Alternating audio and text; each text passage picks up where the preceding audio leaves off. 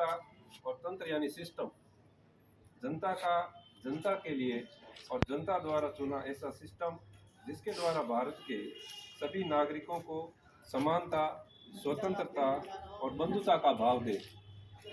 26 जनवरी 1950 को हमारा संविधान उस समय की तत्कालीन सरकार ने प्रभावी तौर पर लागू किया। इससे पहले 26 नवंबर 1949 को दोनों सदनों में 284 सदस्यों के हस्ताक्षर से प्रभावी रूप से पारित किया था। पारित होने के बाद भी 2 महीने बाद लागू किया। 26 नवंबर को संविधान दिवस के रूप में हम मनाते हैं। भारत का संविधान विश्व का सबसे बड़ा हस्तलिखित संविधान है, जिसको बनाने में 2 वर्ष 11 महीने और 18 दिन का समय लगा। भारतीय संविधान में 12 अनुसूचियां, 22 भाग और 395 आर्टिकल्स है। भारतीय संविधान के शिल्पकार बाबा साहब डॉक्टर अंबेडकर जी ने इन्हीं आर्टिकल्स के द्वारा लिखित रूप से वो सब हक जीवन जीने का गौरव दिया। हमें पढ़ने का, लिखने का, फ्रीडम टू स्पीच, व्यापार, नौकरी पेशा का अधिकार दिया।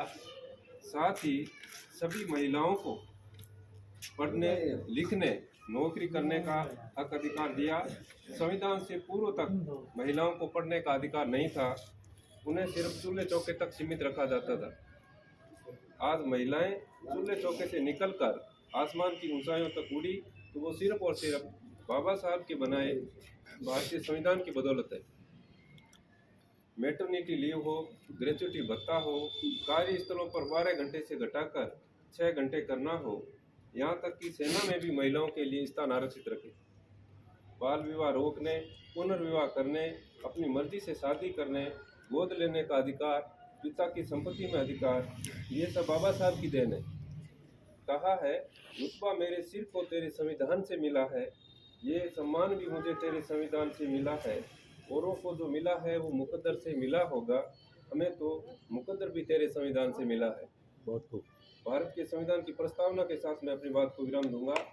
हम भारत के लोग भारत को एक संपूर्ण प्रभुत्व संपन्न, समाजवादी, धर्मनिरपेक्ष, लोकतंत्रात्मक गणराज्य बनाने के लिए तथा उसके समस्त नागरिकों को सामाजिक, आर्थिक और राजनीतिक न्याय, विचार, अभिव्यक्ति, विश्वास, धर्म और उपासना की स्वतंत्रता, प्रतिष्ठा और अवसर की क्षमता प्राप्त करने के लिए तथा उन सब में व्यक्ति की गरिमा और राष्ट्र की एकता और अखंडता सुनिश्चित करने वाली बंधुता बढ़ाने के लिए दृढ़ संकल्प होकर अपनी इस संविधान सभा में आज तारीख 26 नवंबर 1949 को एतद द्वारा इस संविधान को अंगीकृत, अधिनियमित और आत्मार्पित करते हैं।